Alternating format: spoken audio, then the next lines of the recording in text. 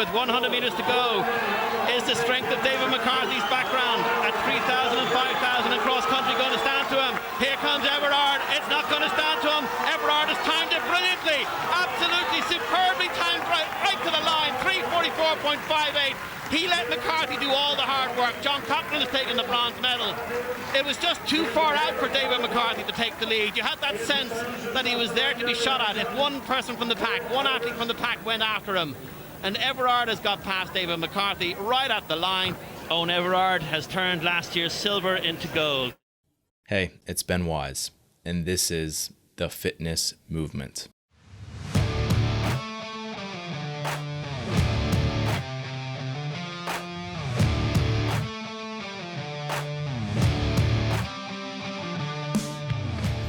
The Fitness Movement is brought to you by Zor Fitness. Zor Fitness is my company and my platform to deliver training content to coaches and athletes like you. The site has educational resources on everything from program design and exercise physiology to skill progressions and movement breakdowns. And in terms of programming, we have our online training program, The Protocol, and I also offer one-on-one remote coaching. It's all at one place, zorfitness.com. Today, I have Eoin Everard on the show. He is a professional runner. He has a PhD in biomechanics. He's a physiotherapist. He's a certified athletic therapist, and he is an Pilates instructor. Let me run down some of his personal bests. 800 meters, 148. 1500 meters, 339. 1 mile run, 358. 3000 meters, 803. 5000 meters, 13:58, and in the 10,000 meters, he recently broke the 30-minute mark. Today, we talked about what game day looked like for Eoin when he's going from waking up until the gun goes off at his race, what the actual prep for that event looked like. We talked about how that warm-up might differ if it was a shorter event like an 800 versus a much longer event like a 10K or a 10 mile. We talk about where his head's at when he's actually in an event and what he's focusing on while he's running, what kind of training structure he followed, and how other people who are listening who are more recreational runners can improve their running with similar techniques. We talked about the types of sessions he was getting in a week, and if something like weekly run volume is something that other athletes should be focusing on. We talk about whether to manipulate or not technique and breathing as it impacts performance, and we end by Eoin giving his advice to younger runners how to elicit their best performance without sacrificing their joy for the sport. I start off by asking Eoin, which event in his career is he most proud of? Probably two definitely. The first would be when I was a junior, so under 20s, under 18s. I was trying to qualify for the European Championships, and I came up just coming up short time and time again, like one time by 0.01 of a second. Yeah, crazy. And I was going to these races and getting close, but not getting there. And then I just gave up at the end of the season because the deadline was passed. And then the Athletics Ireland rang me and said, here, listen, we'll extend the deadline one more week. And there's the UK Championships are on and you can get into that. And honestly, I'd said no initially. I was like, oh, you know what? I'm just too emotionally kind of spent to do it and haven't got it. And my brother was like, look, you've been trying this all summer. You've been training for it all year. Just give it one more try. So booked a really cheap flight, was eating KFC that day because it's oh, let's go here. I was sleeping under a tree because the hotel room wasn't ready for ages. And oh my gosh.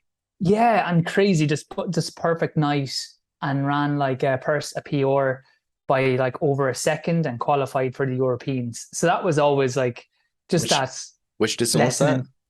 800 meters. 800 meters. Do you remember what you ran it in? Oh yeah. I it's etched. Everything in that is etched in my brain. I know the songs I was listening to. So 150.23 is what I ran that day. And I just remember the high of, that persistence that's required, and you just do not know when your day is going to come. And that's actually been kind of a theme for me throughout my career, is that when things were supposed to come, they didn't. But I kept kind of staying in it, stayed enjoying running. And then I had success, say, later. So again, I ran like 4 minutes dead for a mile, came second in the national championships. I nearly kind of retired, but I just kept plugging away. And the following year I ran sub 4 minutes for the mile. And that was just great that I just have that set goal that you just really wanted, and then to achieve it, because any other time you run a fast time, but there's always like a faster time you could run. When I ran that, I was like, oh my God, I've done it.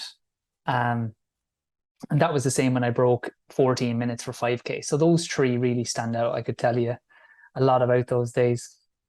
I'd actually love to hear more.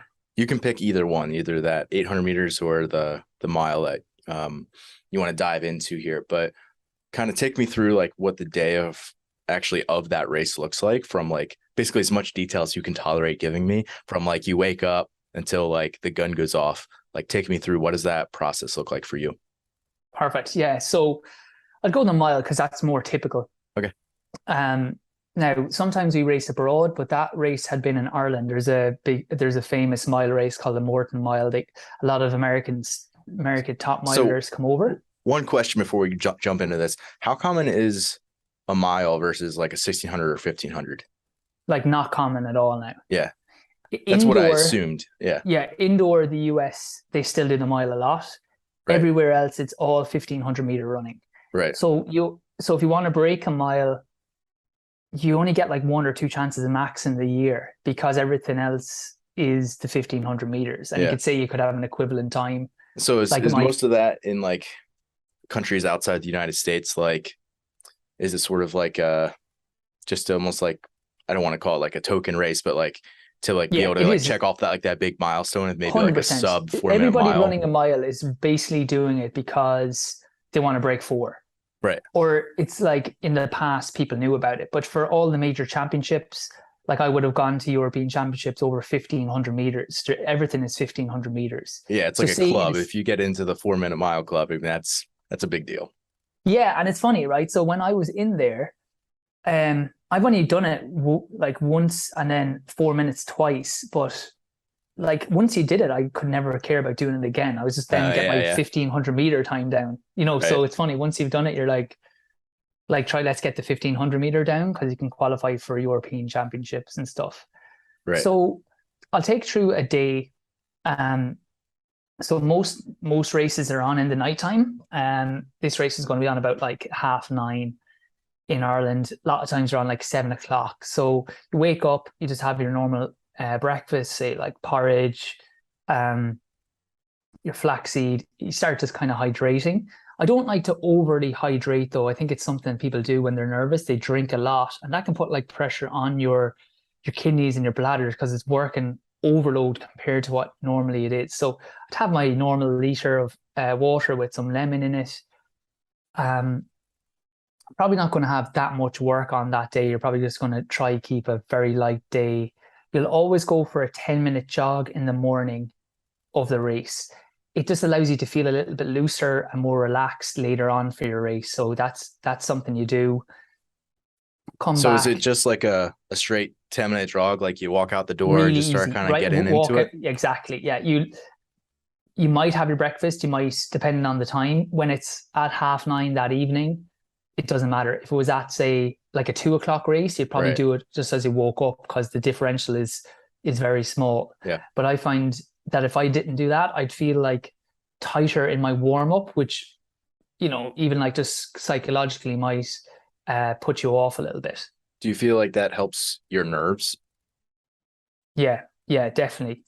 You try not to overly think about the race early on in the day, and I've got much better as I've got older. As I said, the tangent here, so just let me know if you want me to get back on this. But the biggest blessing I've had in running is running terribly for a year, like really bad, because I realized like nobody cares. Now I know you'll have like, say, CrossFit athletes and different people with fitness journeys, but sometimes we can feel like, oh, I'm going to let down that person. If not consciously, like subconsciously, if you're getting like nervous for competitions. Yeah. But what you realize is when you do terribly, you realize as long as you're happy, everybody around you is okay. They're happy for you. If you're upset, they're upset for you. And sometimes you can take that upset that they're upset because you didn't do well, but that's not the case. And that's what I was always like terrified about. So I'd sleep terribly the night before, where I ran like a donkey for a year, and I felt like then I just realized, God, nobody cares here. Like, so, but that was brilliant. So you just don't want to use that much emotional energy. So you'll go for a 10-minute jog on the day. Again, you'll probably either totally relax, watch a bit of TV, or you might have a little bit of work, but you don't want to be sitting down a lot that day. Then I'll have my dinner at lunchtime. So like 12, 1 o'clock, I'll have a dinner. So is that your second meal or third meal? I don't know, second. So I've had basically, I've had porridge in the morning. You might have like a piece of fruit, like an orange or something, because, you know, without being gross, it's going to pass as well. You wouldn't have a lot of fruit otherwise, maybe a banana or something like that. I'll have my dinner at about 1 o'clock. Either I'll have a dinner early and go to sleep for an hour, or I'll go for a sleep and then have my dinner. So basically dinner and a sleep for an hour is finished by about 2 o'clock. And that kind of takes a lot of pressure off how you sleep the night before, because you're like, well, at least I'll lie down, I'll relax. Again, I might then, 2 hours might pass. Then say if we said let's say the race is at 8 o'clock for simplicity. The last big meal, you'll have 2 like sandwiches 4 hours out, and you'll be sipping water. We'll drive up to the race, so we're about an hour and a half away. So I like to get to the track then at an hour and a half before the race. Don't like to wait there too long. Yeah. I get there an hour and a half before the race. On the way up, 2.5 hours to go. So you'll have sandwiches at 4 hours. You'll have a banana at like 3.5 hours beforehand. And then 2.5 hours beforehand is like a little kind of energy bar. They're like Nutrigrain 11s, like little bar. And I used to take like a beetroot shot. I don't take them anymore. Apparently they don't help elite athletes, but I used to take two of those at 2.5 hours before. And then 2 hours to 1 hour before, we'll start sipping on like Gatorade. My plan is to take like, say, 500 mils of Gatorade in between 2 hours and 1 hour.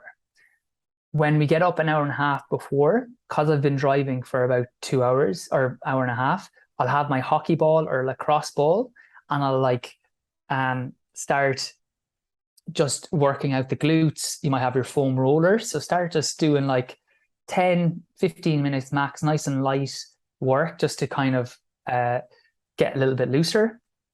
Put your feet up on the wall just to kind of stretch out and just try relax. Then about 50 minutes before the race, you'll start then doing a 15-minute jog, which would be about 2 miles, but just nice and easy. I'll come back. I'll do static stretching then, about 10-second holds all the way up. Some like rotate my ankles, soleus, gastrocs, hamstrings, quads, glutes, hip flexors. I'll try and mobilize, do hip circles, mobilize the pelvis a little bit, shoulders all the way up. Then I will do like, I'm still in my normal trainers. I'll do like high knees with like dynamic hamstring stretches back. I'll do bum kicks, but I'll keep my knees out in front rather than flick it behind, because it teaches good mechanics. You don't want to teach poor mechanics. With the quad stretch back, holding for 2 seconds, side to sides with a groin stretch. Then what we'll do, we'll be about 20 minutes out now, or maybe 25 minutes out.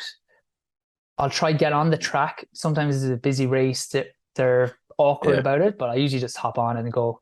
And what I'll do is I'll do 200 meters at race pace. And the idea behind that, it's called VO2 kinetics. They say that if you've opened up your lungs for that 30 seconds, a study showed that it took people 6 seconds to get back up to top VO2 max if they've done something in that, say 20 minutes beforehand or 15 minutes beforehand. People who hadn't done that, it took them like 30 to 40 seconds. Now, if you're in a race that's going to last less than 4 minutes, it's important that you can get up to speed straight away. So we'll do that. I'll just walk or jog back in. I'll take off my normal trainers. I would have had, like, say, those tights on, or you'll have your tracksuit bottoms on. I'll get into my shorts. Oh, sorry, one other thing. The other last thing I would have taken is like a caffeine, kind of like a powder or like a tablet, like an hour beforehand. The one I use is pre-race by, I don't even know who it's from. It's for like triathletes or things. So we'll have that caffeine. Yeah. If it's a big race, I'll take 1 scoop an hour, and then after that jog, I might take a tiny little top up. But you ain't sleeping for a good while. Is that something you've always done? When did you start implementing that? Oh, maybe like at 24, 25. My friend, every runner does that, but like he was one of the first, say, and I just remember he's like, take this, because there's taurine and caffeine in it. Like, it's legal. Like, you obviously have to check, because we'd be drug tested. But I remember the race was delayed, and I was like, I'm super passive, and I was like super aggressive. Is that something you ever do just in training, or is that no, never, solely for? Never. Are you a coffee drinker or have caffeine normally? I never even drink coffee ever. So that's I like just the only time you really have that stimulant. Yeah, and then I'll be like hopped up. If my wife wasn't there, I'll be talking to her like crazy, or like sleeping is hard that evening, but it's worth it. Yeah. Oh yeah, she could just get off the phone. I'd say she just like hangs up and I'm still talking. or it's like I forget that, like, because I've just like planned the day with sleep, with all your eating, to be like peaking at, like, say 8 or 9 o'clock. By the time the race is over, you cool down, it's like 10. Yeah. Like on a normal night, like, we're like old people, we go to bed at like 10:30. You're still hyped so up. She could be in bed and I'm like buzzing on the phone chatting to her. So quick question. Sorry, I just finished there, and then we do. Oh, sorry, go on. I was just gonna say, so yeah, I mean, you don't normally have caffeine, so now you do. You find that obviously, like, that's gonna have some performance benefits, but you don't feel like that has like a negative impact in terms of like jitters or being like super anxious before your race, or is that just not your personality type? No, I don't find that. No, I know a guy.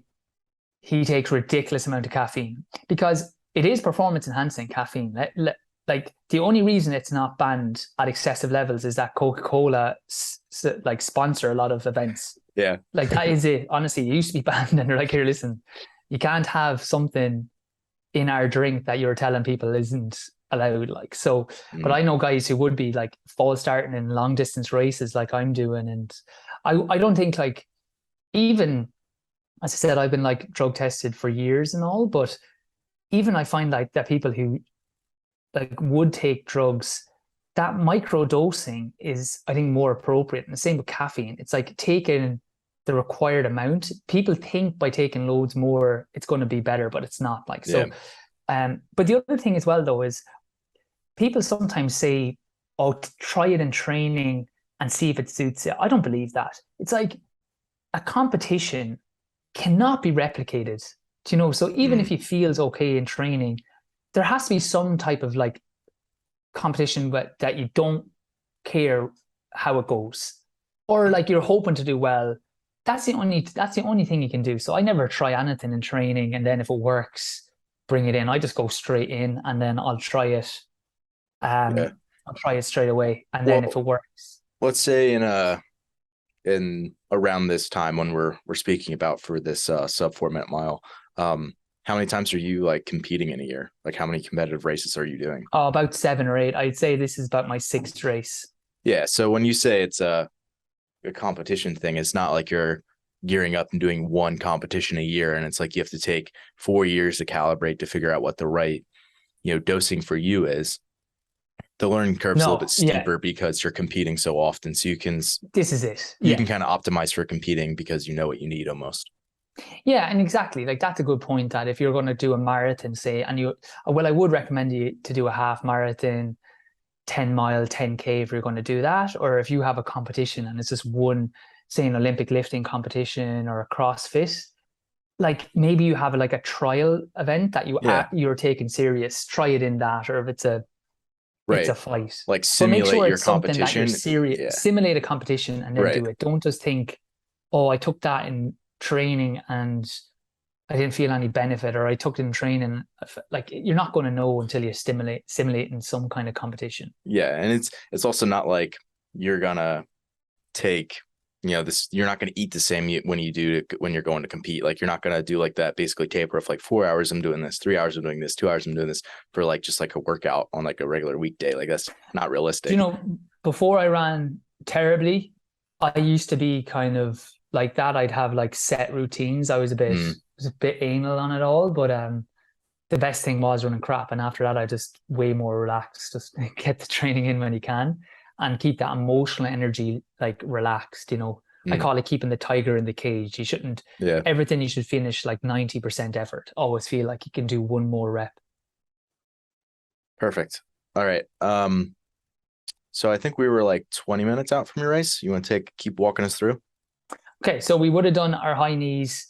We would have done that one stride. We're now getting into our like specialized shoes, which are spikes. We'll just do high knees with strides, bum kicks with strides, and then 3 strides about 50 or 60 meters. We'll walk back recovery. We're just drinking water here now. We get called into the start line about 10 minutes beforehand. And then it's just kind of shaking out your legs, a couple of little strides, then just like 10 high knees to kind of potentiate. Last 5 minutes, I try to get very relaxed. Always do, like Stuart McGill would talk about it for Olympic lifters, where they should like roll back, let their tongue kind of go floppy and drop your arms. And he would say for Olympic lifters to do that before they try a lift, because what you're trying to do is just like down-regulate the system, then come in and go. So that's kind of what I do. So it's a couple of strides, it's down, it's shake out the legs, and then we're on the line and then bang. That's super interesting. I think one of the mistakes that I would guess from a lot of people that I work with, but also a lot of amateur runners, is they understand they need to warm up. They do a lot of the stuff that you described, where they might do like an easy jog, then some like calisthenics, then maybe like a rehearsal of some type at like race pace. But then it's like, that's, 3 minutes before the gun goes off. And, all the systems are still like, there's still a little bit of fatigue in the system, versus allowing enough time and like allowing, like basically getting yourself a little bit hyped up further away, where then you can kind of like calm yourself back down and like get all the systems to basically recover fully. And then you start. 100%. Yeah. So you could see that like the hardest rep I had would be like 20, 25 minutes out. Because as you said, once the body is warm and activated, it's very quick to get it back to that stage. So the last 10 minutes should be more like I'll actually sit down sometimes, shake out my legs, have that water. It's just about not, as you said, not being super pumped then. It's about being more relaxed. Yeah, 100%. All right, let's walk through specifically this 1 mile run. The gun goes off. Take us through like where you're at physically and mentally throughout that race. Okay, so I had ran a mile like 2 weeks before, and I've been on 4-minute mile pace till 200 meters left, and then I just got hit by the couple of lactic bullets. The sniper just was taking me out. Yeah. But it's funny, and I ran like 36 seconds rather than 30. But it's funny, I kind of had a feeling after doing that, yeah, you know what, I'm getting better in shape, because I didn't feel I'll be ready. And I was like, if I get there again, I think I'll be able to do it. So the funny thing about running at that level is my wife would always say, if a race didn't go well, it's like, I just couldn't get relaxed at the start. She's like, yeah, but we've not just like push yourself, because she just doesn't have a clue. Like, but I tell her, at that level, a race is like playing the piano more than it is trying to gut it out. So it's like about, like, if you were listening to an expert pianist, it's not like, oh yeah, really go for it there. It's like you just got to be smooth and relaxed. So the idea is like, you get out at the pace, you'll see the time every 200 meters, but it's about trying to like just be really flowy. What you want to feel is that like, just, it should feel easy. Now that's the hard thing, because a lot of times I've been in races and you're 400 meters in, you're like, oh, this doesn't feel easy. Yeah. And you're struggling. But that race it felt comfortable. We went through at like 1:59. Then because I was like, I really had that on my head, we went through like, say, 2:59. I was like, oh my God. I was like, I'm going to do it. And you're trying not to panic. And Yeah. as I said, the last one I blew up with 200 meters left. So you're like, oh God, this better not happen. You're like And waiting almost. You're kind of waiting. And then 200 meters left, I was like, no, you feel great. Just go. And then I just like put the hammer down last 200 meters just to make sure you don't miss out. So yeah, like that, like across the line, and I could see the time. It was 3:58 I ran. So it was well beneath it. So it wasn't like I had to wait to find the official time, and my friends were there. And it was just like, as I said, a lot of times you either don't know what you've ran or you even run your best and you're hoping you think you could do more. That was just such an elation of like, I have done it. This is what I wanted and I've done it. So that was an unbelievable feeling. Yeah. So were you checking split times every 400 meters, every 200 meters? Kind of every 200 and every 400. Like the best with that race in particular, I was running every, like, just giving a quick glance, because you don't want to kind of get transfixed on the time. You want to, as you said, it's like you want to kind of feel in the moment that you're like, say there's a guy, because they have a pacemaker, so they have it like we're just in a train of guys running around. So you just want to make sure it's just like a quick glance to be like, all right, yeah, that was 59 seconds. That was like 1:59. Because you want to stay relaxed as possible, but then you just want to make sure that like this relaxed isn't too relaxed. So that's all you're looking for. And then if you feel one guy drop, it's like as smooth as you can move past him. Yeah. Because a lot of times, like, as you said, it's like playing the piano. It's like any spike, you're kind of on your limit. So any like big surge or drop, it's much harder to get back. It's like you're just right on that knife edge and you're just trying to stay as relaxed as you can at that speed. And then at the end, obviously you're going all out, but it's like for the first bit, the first half, like with any race, even 5K, especially 5K, marathons, 10Ks, we always say like run the first half with your head and then the second half with your heart. So you should always feel easy. I remember my friend, right? We were in a 5K, I won it, and he was there at the start till about 3K, and then he just fell apart. And like he was leading it from 1K to like 2.5K. Yeah. And afterwards we were cooling down. It was like, I don't know, I just felt so good. I just had to pick it up. I was like, Toss, everybody felt good. We were 1K into a race. Yeah. If you ain't feeling good 1K in, you are in serious, serious trouble. So it's all about trying to stay as relaxed as you can, not panic, quick glance at the clock just to make sure it's like, and when it's going well, it's like you just basically give a quick glance, you're on time and you're feeling easy. And you're like, I can't believe this, how this feels. Yeah, I mean, that's really the goal, is like when you go by and you glance, it's like you want to be on pace. And if you're not on pace, either way, either high or low, it's not good. But you also don't want to be like super reactive to that, where it's like, you know, I'm sure, again, if I think of someone who's a little bit more of an amateur runner, like if they go around and they wanted to be at, you know, so like 75 seconds on the 400 and they're at 77 and they're like, oh no. And they like pick it up and they start running really hard. And then again, they're going to spill over. And obviously like, that's where you're saying like, they're losing like that smoothness or like that, 100%. that easy running. And then they're going to pay for it when they get to the, 90% into the race and they're supposed to kick. Yeah, like exactly. If we just say at those levels, say if you have someone who's doing, say, a 10K or 6 miles, say, if the first mile you run say you want to run 5 minutes, which would be quick. If the first mile goes 5:10, don't run a 4:50. You will fry your legs. Yeah. Like the best thing to do is go back, run 5 minutes, and then eke down from there. Right. So like if you run too quick, you need to just drop very gently back to the target pace, see how that feels. And then at the end of the race, that's when you can start taking back the time. But as you said, I see that loads of times where people go too high and then absolutely drop the hammer fry their legs, and then then you're doing the skeleton dance, as we call it, down the home straight. Oh, that's funny. So let's say you're running two very different races, like 800 meters versus like a 10K. Yeah. Compared to that warm up that you described to us earlier, does that change at all versus Not either much of those different. races? You're just not much different, actually. The one thing that changes is the pace. You always do about 30 seconds, but 30 seconds at 10K pace is slower. So don't go do that flat out. Just do that off what the pace is going to be. You might, for a 10K, you might reduce your warm up very slightly. I wouldn't actually. I would just do the exact same warm up. Yeah. For even for a marathon, I would probably still do a 10-minute warm up, then the drills, those strides, and then just relax a little bit more. So the only thing that sorry, go on.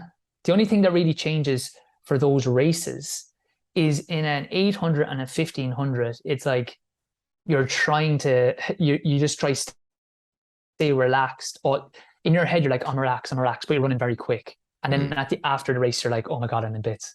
With the 10K and longer distances, it is more of a yo-yo. You are not going to feel relaxed the whole time. So it's like trying not to panic. Like I did a 10 mile in like say 49, like sub 50 minutes, but like in that race, like 1 mile in, I was feeling great. The next mile in, I was feeling terrible. So it's just like trying to stay on the pace, knowing that look, it'll come back around, and then you'll have a mile where it might feel terrible. So the longer distances do need a little bit more of that, like grit, and just like look, hold. Now that's slightly different than, if you're going to the red line, like be perceptive to your body. If you feel like, geez, no, I'm working really hard, I'm breathing heavy, pull back earlier in the race, and you might be able to save yourself later, as opposed to sometimes people are redlining and then invariably they will fall back, so it's that's just a distinction. I think it depends what kind of form you're into. If someone's, again, a little bit more of a novice athlete and they don't have basically the aerobic system support going up close to that red line the whole time, then I find that those type of people, like, they're better off like not going up to, if there's someone who's mentally tough, not going up to that edge right away, because it's hard to sustain that for a longer race. But for someone who is like, if you have the engine to support it, like you can go up a little bit more aggressive and like kind of be like riding right on your edge. And that's what's 100% necessary to run, these crazy times. Like you have to be right on like the threshold of what you're capable of the entire time. Yeah, exactly. And I think that's such good advice, that for 95% of people out there, the best advice is go easy at the start and pick it up through the race as you feel comfortable. And like for most elites, that's the way it goes as well, where even in 10Ks, it's like you're feeling relaxed at 5K in, and then you're starting to dig deep all the way through. Because worst case, what will happen is you might finish the race and go, I had a little bit more in me. Well, just work out the time you went and start at that pace the next time, and see then can you gradually kind of keep going up and up. Because I've qualified for 10K cross country Irish, like Europeans, purely because I know how to race. I honestly would start off in like 30th. I've been 30th like in the 25th, 26th, and it's only top 6 go. Beside people, honestly, like 1K in, and they're like, and I'm like, honestly, I feel like going to them is like, listen, out of 10, what level, what's your RP right now?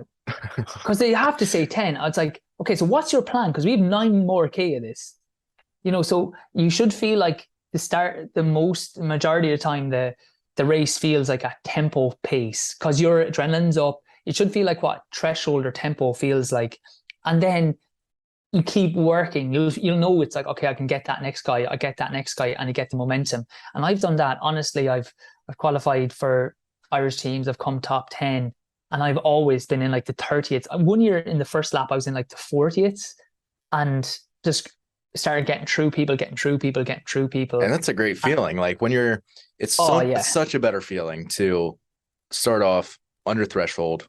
We're very close to that, and like pick up as you're able to. Yeah. But then you're also picking off people. Like you're running by people, you're passing them, which like builds your momentum versus going out too hard, redlining, feeling like you're spilling over, not really able to sustain your pace, and then you're also getting passed by people behind you. Those are two very different like places to be as an athlete. Like one guy said to me before, and it's such a good line, Dave McCarthy. He was talking to a guy who was trying to break 8 minutes for 3K. And his plan was, I want to go out in like 350, and basically I'll have time in the bank and I can like slow back to that other time. Yeah, positive splits. Yeah, he was like, you're trying to plan death. You're trying to plan dying. You can't plan dying. You can't go out and say, oh, I'm going to die a little bit. It's like when you die, you don't know what's going to happen. So you're so much better like be in control and try push forward at the end. And nearly every world record has come that way, where they're all negative splits. Yeah. Yeah, totally. I think that, again, a lot of the people who are listening to this and trying to pick up stuff like, yeah, just starting a little bit easier and building into it is always a better way to go. Like so much so. And then, as you said, look, there's always other races. You can readjust and go quicker the next day and see can you hold. But you'll find that you get so much more out of yourself. And as well, it'll feel easier. It always feels easier. Because as you say, especially Ben, in training, if you do that in training, oh man, it's a long training session when you do that. It's a long race when you do that, but training is its own thing. So one of the things I've heard you talk about just to say on that, go for it. The Kenyans, they don't let you in a training session. If you can't do the next rep as quick or slightly quicker than the rep before, the training session's finished. For that reason, they don't want you getting sloppy. They don't want you. They're like, you've obviously overdone it. Finish. It's really interesting. I think for a lot of like building type work, where you're basically like the goal is to like improve your systems. I think that is 100% the way to go. Like you get way more quality work in like specifically now about training. Like if you start with like, say you're doing intervals or repeats, if you start like slightly lower and like you pick up that speed and you do again, like those negative splits, whether it's even if it's just a tempo run, I feel like that's way better. That they do for everything. Like, because we like my friends have been there, we've trained with the Kenyans, and it's like if they go out crazy and then it was meant to be 6 or 7 reps, say 6 by 7 or 8 miles, 3 miles in, it could be finished. Because it also teaches you discipline of pace management. So and I've heard this before, and correct me if I'm wrong, but I've heard that like, for whatever reason, it seems like a lot of American runners, they'd prefer to get the volume in. And it's like whatever pace I resort to get there is sort of what it ends up being, versus a lot of other countries will end up saying like, I'd rather see you hit these paces. And if you can't hit these paces, you're done with the volume. It depends. There's different types. There's different coaches out there. Some now will be much more on the volume. And like Inge Britsen, say the Norwegian model is very like that. Get your volume in. That's true. At a set pace. And then don't worry, like over time, you're just getting so much fitter that we can just kind of sprinkle on speed.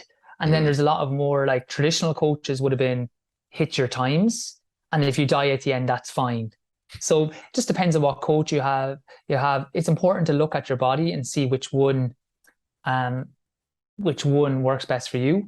Instinctively, if you're working, if you're there, I feel like go easier, get the distance, and don't worry about times, just worry about effort. Like, you know, if you've got kids at home, if you're running from a job, you don't want to be thinking all day, I got to hit like a mile in this time. Just run, say if you normally hit a mile in 6 minutes or 7 minutes, just run 80% or 90% for 7 minutes. Like have a heart rate monitor on and have it like what you roughly are. Because over time, as you said, we don't want that emotional energy super high. Over time, you're just going to get very generally fit.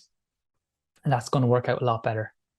Yeah, very true. For the average person who doesn't have a lot of volume in just the regular training week, like just accumulating some good work is probably the best thing that they can do, rather than trying to hit a specific like time.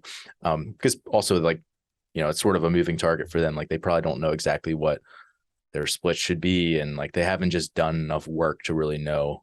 And maybe they're not having specific run times like that. They have like a very specific goal. So for example, I would imagine like during your prep for, if you have a very specific goal and like I want to run sub 4 in the mile, like exactly what all of your workout splits need to be, what, maybe earlier in the season it's more like heart rate based or like again more like volume accumulation, but like as you get closer to the event, I'm guessing it's a lot more like performance based, like split times and that sort of thing. Is that accurate? That's exactly accurate. And especially the shorter distances, you will get away with the more systems training for like say 5K and above. Yeah. But for the shorter ones, like 90% of my workouts there would have been set times. So like my prime workout before that would be like 2 by 800 meters at sub 2. And then like 4 by 200 meters at like 27s. That would be once I hit that session, it's like, yeah, you're good to go. But you'd be doing 4 by 600 meters at race pace, stuff like that, like 8 by 400 meters, because you want to get so comfortable at running at that pace. But even at 3K pace or 800 meter pace, it's all like dialed into what like you should be running, so that you have that feeling, that kind of, the running economy is very important, because as we said, it's like you got to practice running on that knife edge. So you got to kind of do that in training. Do you think that's just a product of like, you want to be prepared for the race that you want to do, so it's just run as much of your quality volume as you can at race pace? Do you know what? There's this concept I'm thinking about, Ben. It's called like the neuromuscular athlete versus the aerobic athlete. So a neuromuscular athlete, I'm a neuromuscular athlete. I do see a lot of people can absolutely fry themselves trying to run race-specific times in training. Because if you're aerobic, your nervous system can't really handle that. So you'll see a lot of people in their college years or doing that training, they burn out quite quickly in the season. So they don't seem to race well throughout the year, because they're doing that kind of intense track work, trying to hit specific times.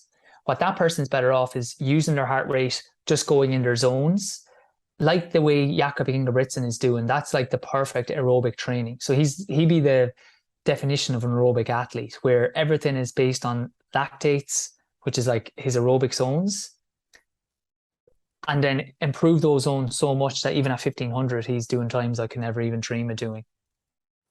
Other people need, and I would in one of these, at least 3 to 6 weeks out, need specific workouts that hit the times.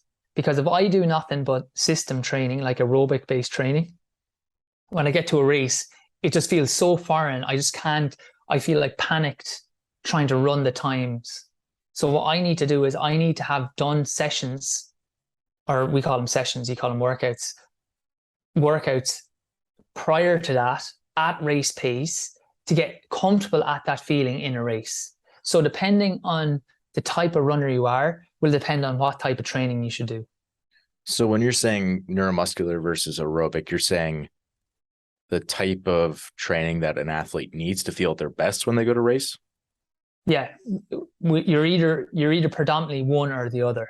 Yeah. So you're saying you need either more race pace or more aerobic.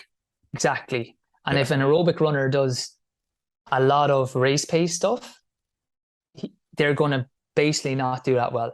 Usually aerobic runners do well off base training plus some like strides, very little race pace. Their first race is generally very good. They don't seem to improve like crazy amount off the races.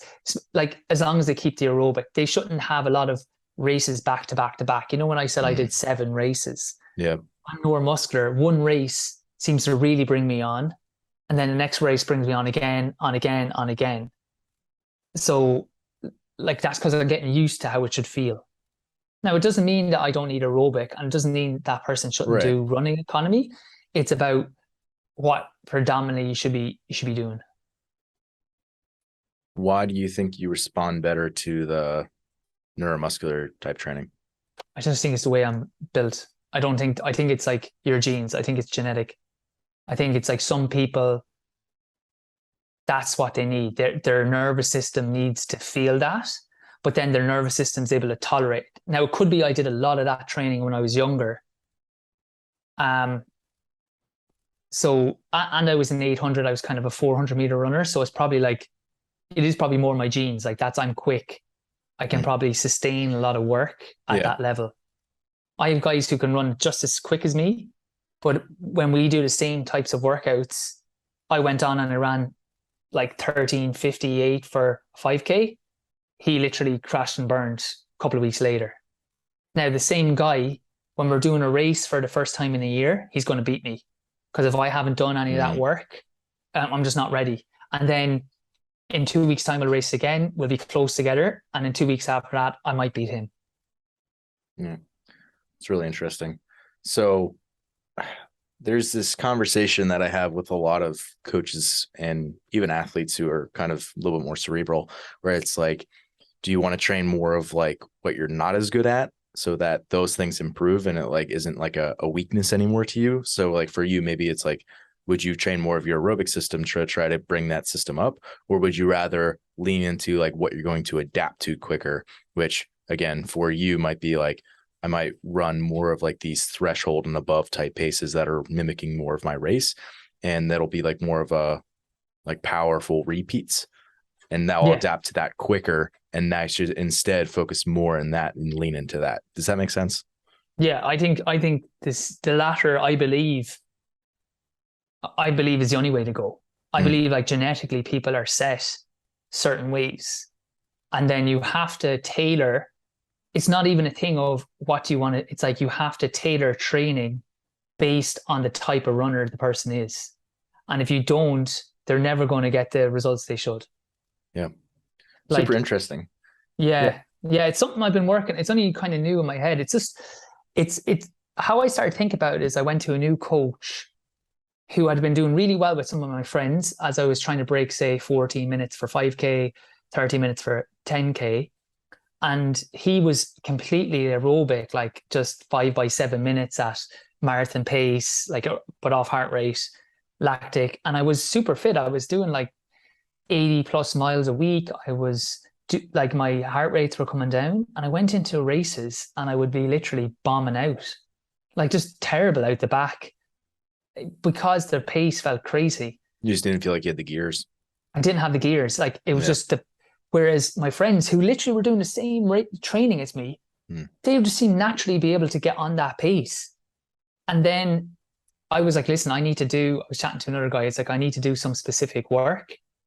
I do the specific work and it really works for me that year. The next year, the coach is like, okay, well, we'll all do that type of specific work. The guy who had ran well ran crap and I ran really well. Yeah. So it was just like, it's like, if you focus on the wrong things, not only this is a preference, in my opinion, this is like, it's like crucial that you do the right thing. Like if I got Jakob Ingebrigtsen and I ran him very hard, like relative to him, it would be crazy. Like I had a friend, Nick McCormick, he went to the 2012 Olympics, but in like so he had a coach that was very aerobic. Like his threshold was unbelievable. Like it's not hard to know what you're good at. If you would rather the longer like threshold work, if you're like, I can do that all day. Yeah, if just someone was just like to ask you like, hey, which workout would you rather do, these intervals or this long slow run? Is that sort of what you mean? 100%. Like I'll pick intervals every day. Like I know I'll be good at them. If I've not trained hard for like a month, 6 weeks, I'll go down to the track and I know I'll do okay in the intervals. If I haven't done that in the aerobic, I'm going to be miles behind the guys. Yeah. So, but he was like that. He was trained aerobically. He ran 3:33. So this isn't a thing of like just being fast, like, or being long distance, but he was like a 5K runner in the end, like the way Jakob Ingebrigtsen is. He's not going to do really well at the 400. Right. They took him, he went into the UK training camp for a year because it's like, oh, you got your potential for, say, in 2009. They were doing loads of that neuromuscular work. So it was all like 6 by a K, hard enough, 5 by a mile, all like track sessions, basically, with like hill sessions. So much less aerobic work. He was running terribly. He got basically kicked out of that program, or he kind of left, went back to the coach. And within the first year he came on, that was 2011. And then 2012, he qualified for the Olympics because he was doing the type of work that works for him.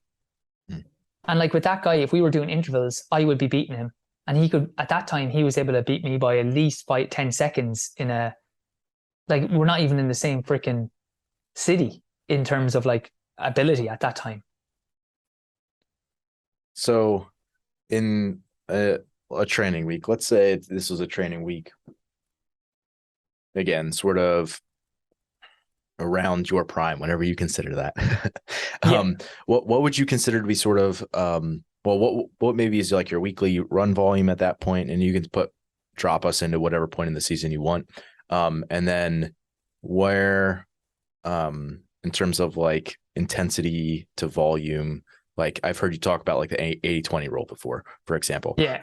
How much of that do you consider to be more intensive training? How much of it is more, again, like easier zone or just like aerobic training? Perfect. Well, I'll tell you what I do now because I'm still at a decent level, like say, sub 14 for 5K. So Monday is like 70 minutes, so like 10 miles, easy. Tuesday it might be 70 minutes with like the last 30 minutes at like zone 2. So that's like still chat away, but just a little bit above easy running. You should be still having a conversation, but you're just concentrated. And we might do like 5 hills afterwards. I really recommend strides, even if you have to cut your run short.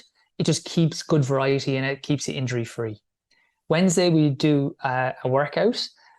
90% of the year, maybe 85% of the year for me, it's going to be something that's time based because I'm working. So I don't want to have it in my head that I have to hit certain times, at least not hard times. So it's going to be like 5 by 7 minutes at marathon pace heart rate. We do it, but you can just pick the pace. 4 by 6 minutes at lactic threshold pace. Could be like 7 minutes at lactic threshold, 3 by 30-second hills, 3 sets of that, something along those lines. Thursday will be 70 minutes again, nice and easy. Friday will be off. Saturday will be some other session, some other workout, like so could be hills and tempo, could be whatever. And then Sunday will be a long run. So 2 hard workouts in the week plus a long run, and then the others is your like staple running. That's what I do now. What I would have done in the past when I would have had much more time, I would have done 2 runs in a day. So Monday would have been 50 minutes, and that would be, we call them like zone 2. So zone 1 is like recovery. Zone 2 is like that first spike in lactate. We just get a lactate test, costs about $100, maybe $200, given inflation, given circumstances. Everybody's been affected by this war in the Ukraine. Honestly, I get a haircut and they're like, oh yeah, due to circumstances it's gone up. It's like, what circumstances? You tell me these circumstances. So Monday would be that steady run. E2, again, it's not hard. It feels like 60% effort maybe. And then 30 minutes easy in the evening with like your Pilates. I still do Pilates once or twice a week. Tuesday, we would do triple day Tuesday. So it would be a workout in the morning, which would be more like track or hills. You then would do a gym session in the afternoon. So you'd go for a sleep, get your dinner, and then go for a gym session around 2, relax for the couple of hours, do some work if you had it, and then about 5 or 6 you'd go for a 30-minute run. Wednesday you would do just 1 run, easy, 60 minutes. Thursday would be tempo, gym or Pilates, and then a run in the evening, 30 minutes easy in the evening to shake out. Friday would be a very easy run, like 50 minutes, like we call it like a shuffle basically. Saturday would be depending on the time, right? So what we used to do was you'd have a focus for what the goal was. So say if it's indoor and I'm like, okay, I want to be a good 1,500 meter runner in the summer, but right now I want to be good at like 3K. Or say if there's no indoor, you're going to go in January, February, I'm going to be like 5K fit. And then March, April, I'll drop down to be like 3K, really fit over the 3K. And then March, April, and then from May, June, July, it's like 1,500 meters. So you just block what's the ultimate goal at the moment. So with that, then there'll be 3 sessions, 3 workouts in the week. Thursday will be your longer. So say if it's 3K that you're getting ready for 5K, I'll say 5K, I'll just be easier. You'll have the Tuesday workout would be shorter. So say if it was 5K, that would be a 3K type session. That was like moderately hard. Okay, so not super hard, but the paces would be 3K. So it could be like 8 by 400 meters at 3K pace off a minute. So you're just saying you're building your paces off your 3K pace. The target is a 5K. So you're doing one workout at quicker than the target pace. Right. That could be your 3K session. The Thursday will be one workout at above the target pace. So that would be like a 10K type session. Feeling easier though, like not like flat out.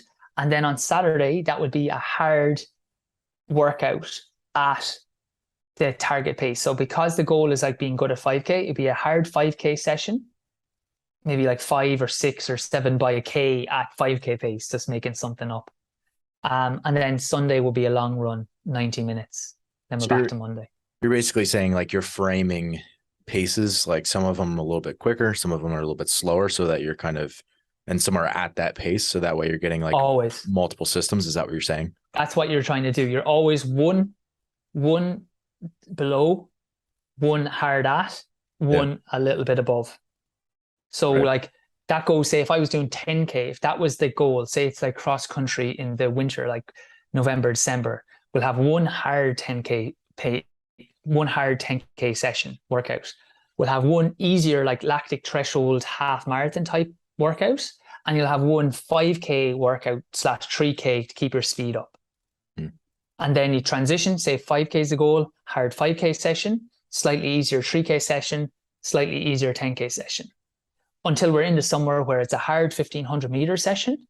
Like now, I mean hard, easier 3K session. Now, if you think of that was a speed session a while ago, now it's the distance session, and one 800 meter session to keep your speed. So you're always like, that's one thing I felt like people were too focused on one thing. That's what we do at this time, but you should always have that balance. Especially if you're elite track, you should always be doing something above, something hard at, something below. And that's something a lot of coaches don't do correctly. Yeah. Do you think that, and this might have been, a job of a coach or someone else, so that's fine if that's the case, but are you more concerned with the volume of like a particular session? And then again, maybe that changes throughout time, or are you more concerned about like your total volume throughout the week, if that makes sense? Like per session versus like a more of a global take on like your training? Yeah, you have a kind of set, like the other easier days will kind of make up the volume. I was never overly concerned with the mileage. Really, they were just kind of recovery days, and you're trying to get to a set threshold, say 50, 60 miles a week. Do you think that's wrong for people who are more recreational runners to like really focus on their weekly mileage? Yeah, 100%. Because it's junk miles. It doesn't matter. Like if you're looking to be fit, like, and you're not doing say 2 sessions per week, you're at nothing. You're at absolutely nothing. Going out just jogging, it's like, specific adaptation to impose demand. Your body will get used to that over time. So you're not changing. So you just need to it's better for injury and muscular thing as well. You need on a Wednesday, on a Saturday to be doing some kind of workout. Then going out every day and just jogging a certain amount. Yeah. So like if you go out and jog every day, like there's certainly a point to having aerobic work in there. But if all you ever do is jog, like all you're ever going to be able to do is jog. Yeah, but like again, an aerobic work, like that's the lowest form of it, really, if we be honest. Like, because aerobic work for me would be try build up to like say 4 by 7 minutes at marathon pace or slightly below it with 2 minutes of a jog. The amount of distance you're going to cover in that is going to be so much more than just going out for like say your 60 minutes. Yeah. Even though the workout's only going to be 60, 70 minutes. how much of that do you think is about like the specific biomechanics and range of motion of someone's gait being very specific to the race pace? Like their gait will change as they go slower, so it won't transfer over as well to the shorter events, or do you think that's more of a product of like they just didn't have maybe the energy systems that are necessary? Bit of both. Like there's three things that make you good at running. One is running economy. So it's like how smooth you are at those paces. So again, if you don't practice those paces, because even if you're an aerobic athlete, while I say you shouldn't overly focus on it, you should still do easier sessions that have longer recoveries between race pace distance. So don't just do a short recovery, you'll fry your nervous system. So you're trying to go longer recovery, feel easy, but do run the race pace, or just do strides at race pace. I was just going to say, is that where like strides come into play? 100%, 100%. Like I've seen loads of aerobic runners do well with just aerobic sessions and then 20-second, 4 by 20-second hills afterwards, or strides on the track, 200 meters, 15 seconds, 30 seconds, just to keep that going. So you do need to keep that running economy. For me, I need to really work that. But then lactic threshold, which you improve through your energy systems and your lactic threshold work. And last is VO2 max, which you can't do too much about. So it's just a combination of those two, basically, because the third is not changeable.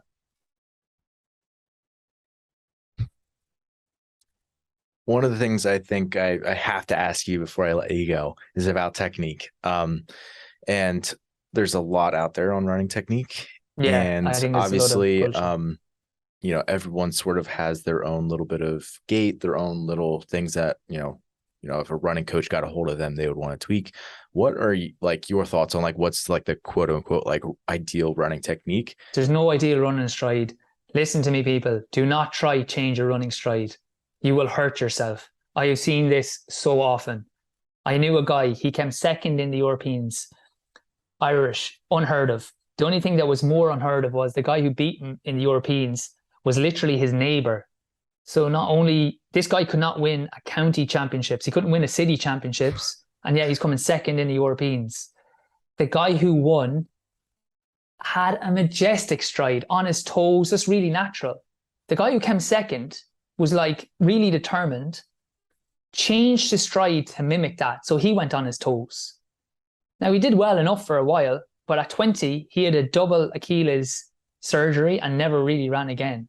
Because if you heel strike, there's a reason you heel strike. It's like your body doesn't think, here, listen, you know what I'm going to do for Owen today? I'm going to make him run like a donkey, just for banter. It doesn't do that. You have a weakness, or you have some kind of limitation that it feels like this is easier. So the only thing you should do is develop the building blocks that allow you to move. So get your mobility better, get your activation and your stability better, like exercises on your feet, like a single leg deadlift, getting the glutes working, get the calf strong. And then now, because this does get, there was a guy he was a running coach, and I can be slamming people because that's just funny. It's like some people, you'd swear, we've been around for I don't know how many years, but it's millions. I don't know how long we're around. And it's well, what did everybody else do? Were we all just waiting for this 20-minute YouTube video to come along to tell us to run on our toes that we couldn't work it out? It's here, listen, evolution is helping us on this one. But what that guy was saying, and I totally agree, was you can improve it, do A skips, do technique drills, and cues head up, cues run relaxed, cues make it feel effortless. Imagine you're running on a cloud, run barefoot, say, so you'll naturally change, not too much, 5-10 minutes max of that. There are little things you can do. Run over unsurfaced, not what's unlevel ground. Yeah. So because it kind of if you're doing a stride, just make sure don't break an ankle. But say if you put down mats at different levels, that'll just get your body used to trying to move at a different way, and it'll naturally kind of engage more. don't go out there and go, oh yeah, you should try run on your toes, or squeeze your glutes or squeeze your core. You can, if you're going up a hill, shorten your stride a little bit, lean in, pump your arms, focus your head looking down a track, for example. I don't mind. There are very good running cues, but the more external they are, the more like it's just run smooth, run fast, like little things like this will help. Do not try run on your toes. Run on your toes is the worst one by far. The other is like head steady, shorten your stride up a hill, lengthen slightly down a hill. They're fine. They're just actually good techniques, but just focus on the building blocks so much more and you'll not get into trouble. Yeah, it's almost like you don't get to make the excuse of like not having great run mechanics if you also don't do the homework that's necessary to have them. Like if you're not doing soft tissue work and make sure that you have the range of motion that you need, if your core is not strong, like you're saying, the building blocks, if you haven't done your homework for that stuff, then you're probably not going to run well either way. So don't really try to alter your technique, rather work on the building blocks, focus on some of these external cues, and then it should clean up on its own. Is that sort of what you're saying? Exactly. Like you, Ben, I'd be a big proponent of like, say, functional exercises, functional movement. And we would do like the movement screens with people. And I had a guy who tore his hamstring. He was a sprinter. And say we would do a lot of that kind of building block work just to get his hamstring back. Right. His coach came back up to me, had all the books on movement screening. He's an intense dude. And he's like, what did you do with X? Because he's come back and I've been trying for like years to get to do these right drills and to run a certain way. And now he's just getting it. And I was like, well, yeah, he didn't have the building blocks. It's like, I have a 2-year-old nephew. Like I could scream at him all day to write me a poem. He doesn't know the letters yet. Yeah. It's like, yeah, no, but why? Like, do you see John down the road? Yeah, John's 20. John has the building blocks. You can't just replicate it, as you said. Work on the building blocks and then the rest will come. And if it doesn't come, our subconscious is so much more powerful than our conscious. There's a reason you're running the way you are. Yeah, I think that's so good. I think the more I know, I think that statement is more true. So, for example, like say there's somebody in there, they have like this ugly run gait where like they're have this weird strike with only their one side. It's like, well, maybe they have extra inflammation in that knee and they're trying to find a way around that pain and that inflammation, and now like this is a result of that. And like literally that's probably from like if you, again, your subconscious is figuring out a way that you can still move 100%. work around that pain, and that's probably the best way that you could move, even though that's not a great way to run. Yeah, and it's like it's not to like ignore that knee pain or not work on, say, the mobility or the stability, doing single leg work so you strengthen that side. And sometimes it is just like rebalancing the person, even if that's the way they run. Like sometimes our thing is the way, like say if someone swings, or you could naturally just be tight in certain ways. It's just about being able to get out of that position. Like I have quite a large arch in my back when I run, but all I practice is with my Pilates is making sure I can get out of that. Right. And now that's all I'm going to do. I'm going to give my body the possibility. It's like, listen, you can stabilize your pelvis in a lot of different ways. If you still feel like that's the best way, you go at it, buddy. But I'm just going to give you here's a little extra tool. And what you find is over time, you won't sense it, but people say, yeah, you kind of run slightly better, or you can just get out of that position so you don't hurt yourself long term.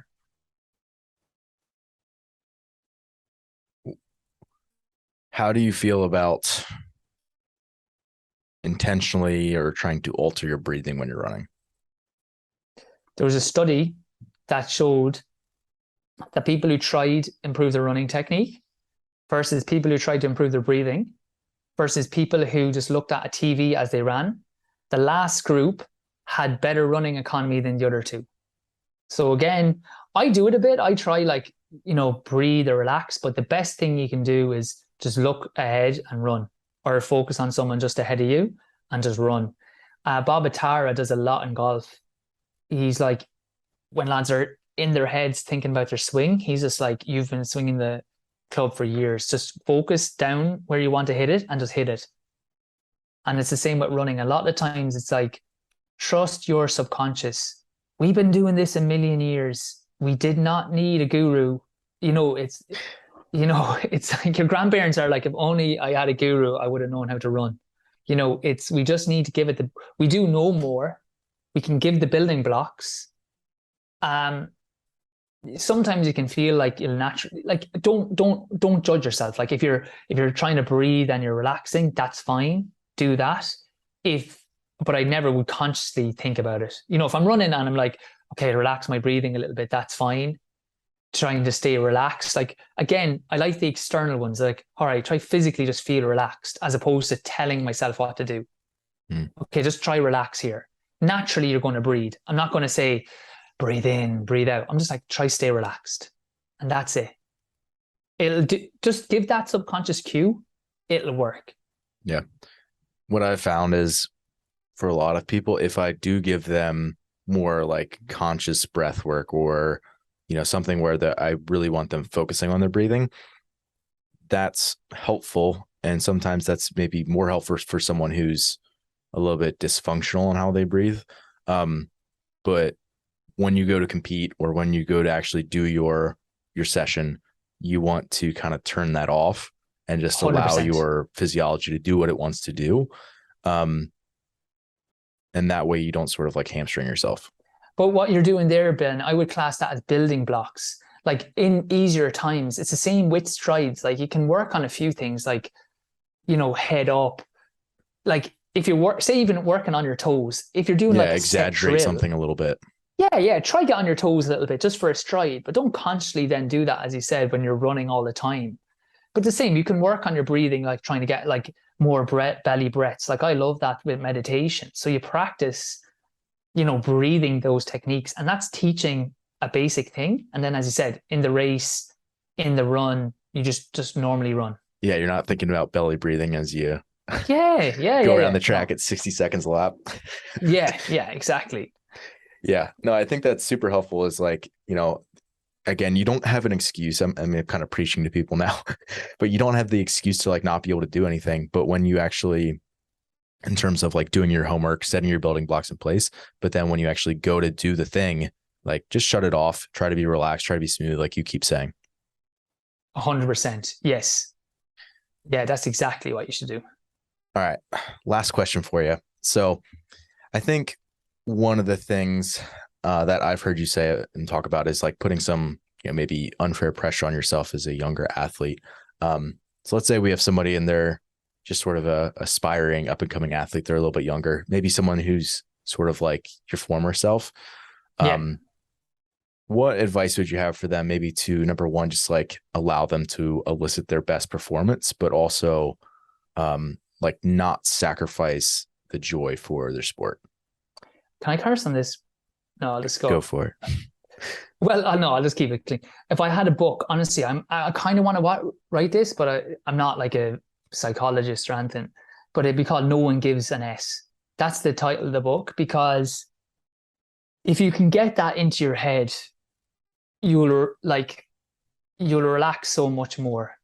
So nearly try go through it as a thought exercise. What if I ran terribly? What would happen? Like, and write the worst possible scenario. Like, like my friends abandon me, my parents tell me they don't love me. Write it down, because you'll see on the page how ridiculous it sounds. And if it doesn't sound ridiculous, it's like, that's their issue. Like, that's their trauma to deal with. That's not you. But I would like physically write it down. Like, what do you think is the worst thing that can happen? Because, as I said, not the worst, like mentally or anything, but just running terribly for me kind of solidified that. And that then allowed me to enjoy it so much more. The second thing is, I spent that whole year. Now, I'll tell you, like, I was so into it. But I went to like psychologists, and I was writing like times I wanted to run on my shoes and looking in a mirror, like literally, look, you can do this, you can do this.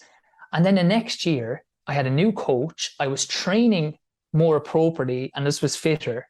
I thought I was fit the year before. Honestly, I did.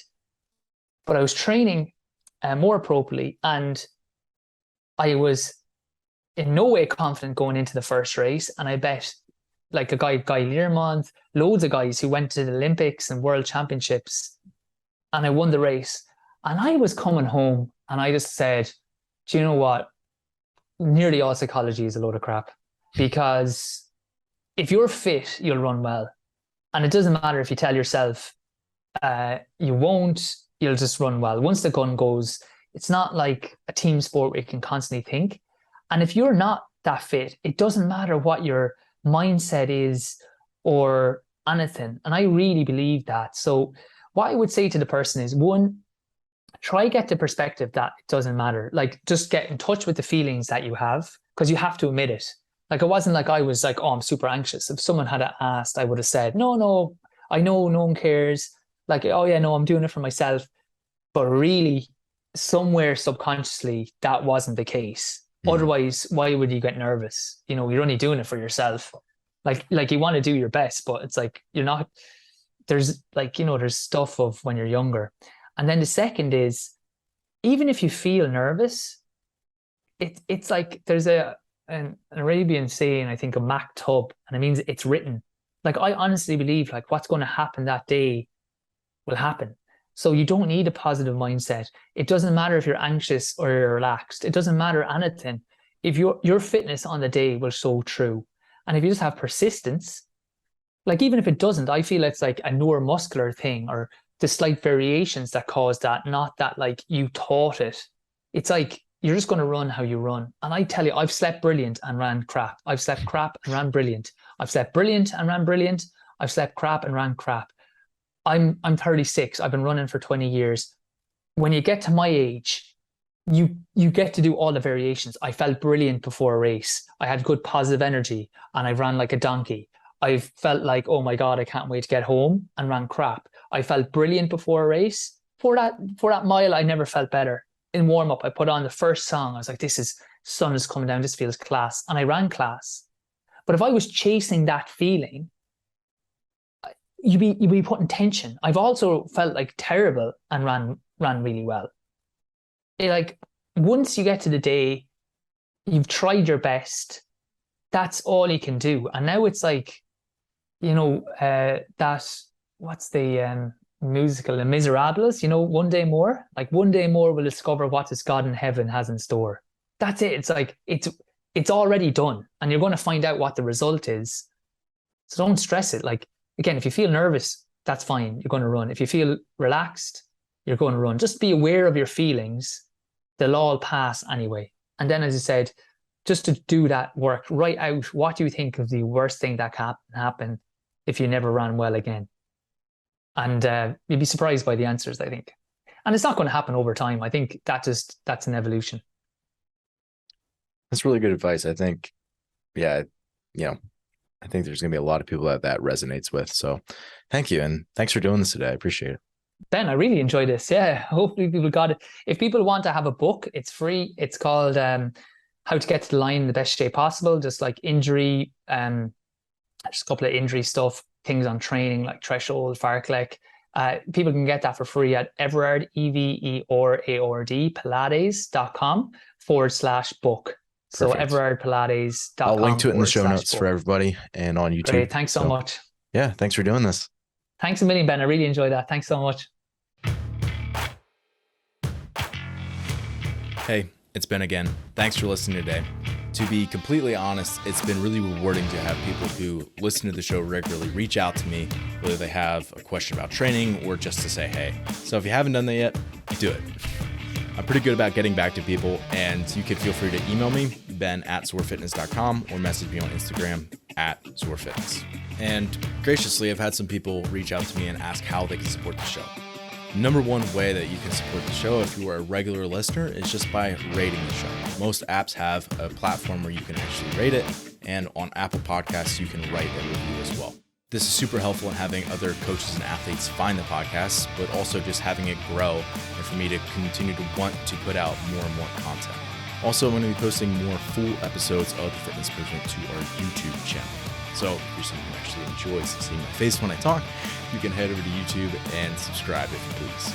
And if you're someone who is watching on YouTube, you have the ability to like our videos, but then you can also comment on the video if you have questions about the episode or if you want to suggest a topic for a future episode. And lastly, if you're someone who really does value what we're putting out, I would encourage you to hire a coach. For me, coaching is the bulk of my job, and it's what I believe I do best. So if you're an athlete or a coach looking to up your fitness game, be sure to reach out. You can message me on Instagram @ZorFitness or email me ben@zorfitness.com.